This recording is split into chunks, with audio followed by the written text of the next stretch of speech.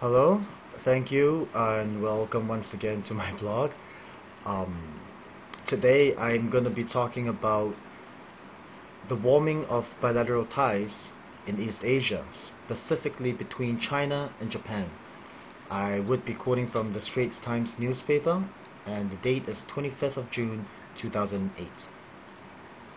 A Japanese warship sailed into a Chinese port yesterday, 24th of June, for the first time since World War II. A move seen as testing the depth of the recent rapprochement between the two countries.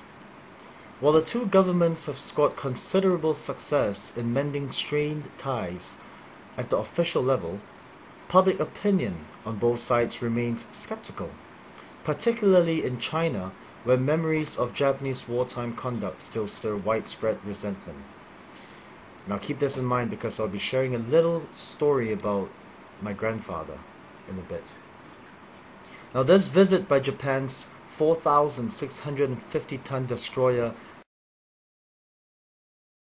Sazanami to the southern port city of Zhanjiang in Guangdong province is thus seen as a crucial test of whether the purported thaw in Sino-Japanese relations can gain public acceptance, if not support, especially on the mainland. Now, both countries won international praise last week for shelving a contentious territorial dispute in favor of jointly developing natural gas fields in the East China Sea. Now, this natural gas fields are they're in between two borders. Now, if you can imagine the two borders disputed by the Japanese and the Japanese on this side and the Chinese on this side, and in between this disputed the borders would be where these natural gas fields are.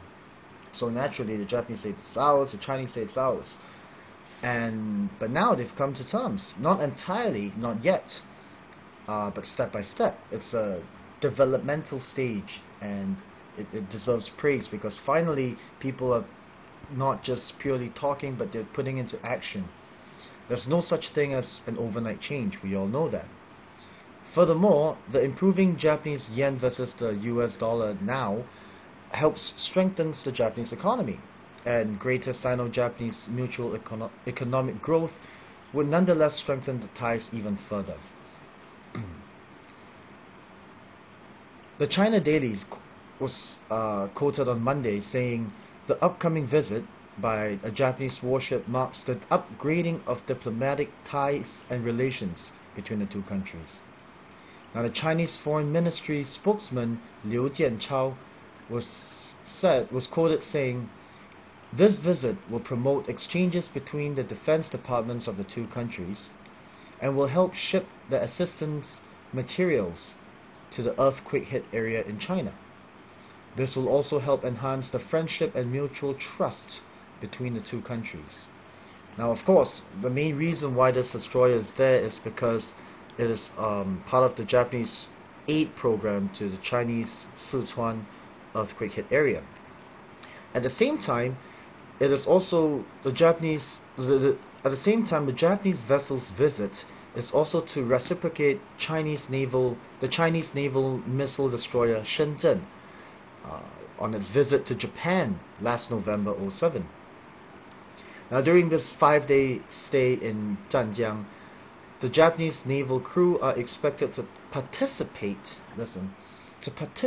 in joint training with their Chinese counterparts. Now, they got 5 more days to go, so we'll see how it goes. But that is a very interesting point. Secondly, the Chinese military officials and the public were also reported to be allowed to visit the Japanese destroyer Sazanami. Now, alright, a lot of people on both sides of the coast are still arguing about World War II historical facts and details. The truth is, it happened. You like it, you don't, it happened. There's nothing you can do about it.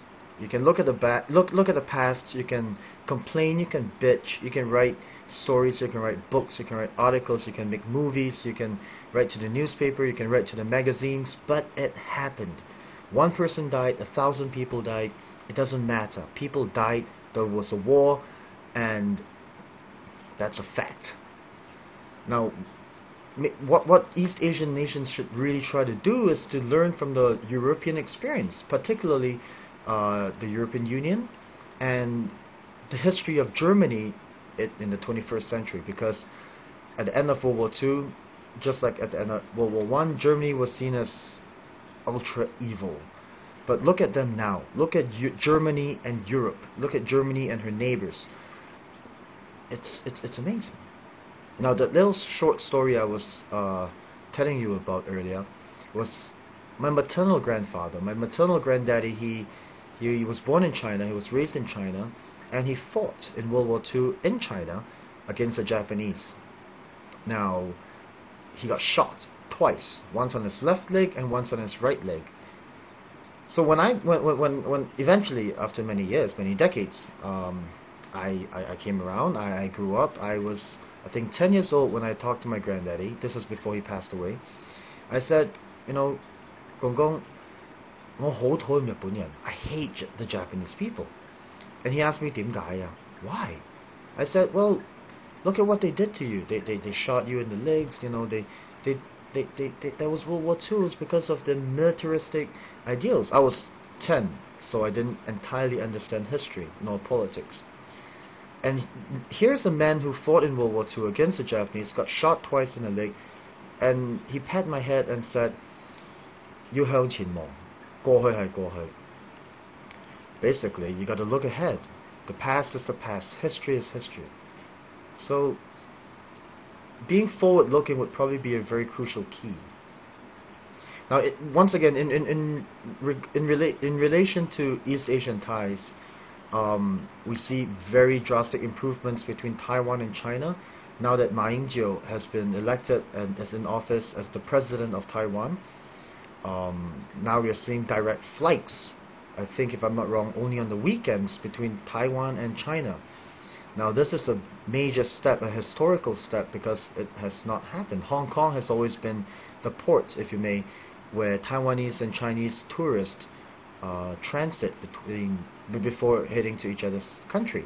So direct flight, despite the fact that I think it's a 3,000 per month limit between China and Taiwan, it is once again a step. And this step-by-step approach, slow but steady, could win many favors and improve East Asia drastically. Now, President Lee in South Korea is also well, he is going through some major protests. I see protests in South Korea almost every month. The latest one about importing American beef into South Korea. I'm not really well versed in this, so I'm not going to try to pretend like I know too much. But President Lee of South Korea is extremely pro-American. There's nothing wrong with that. He's just not pro-Chinese. Now, as you may already be able to tell, I am kind of pro-China, pro-Chinese for whatever various reasons. However, if you observe the international course, China is becoming a flying dragon. Excuse my lack of language, but it's becoming flying dragon, and despite the unfortunate events of Sichuan earthquake last month, it did help unite the people. It helped unite the people a lot more than, if you made the Olympics, because now your people are suffering.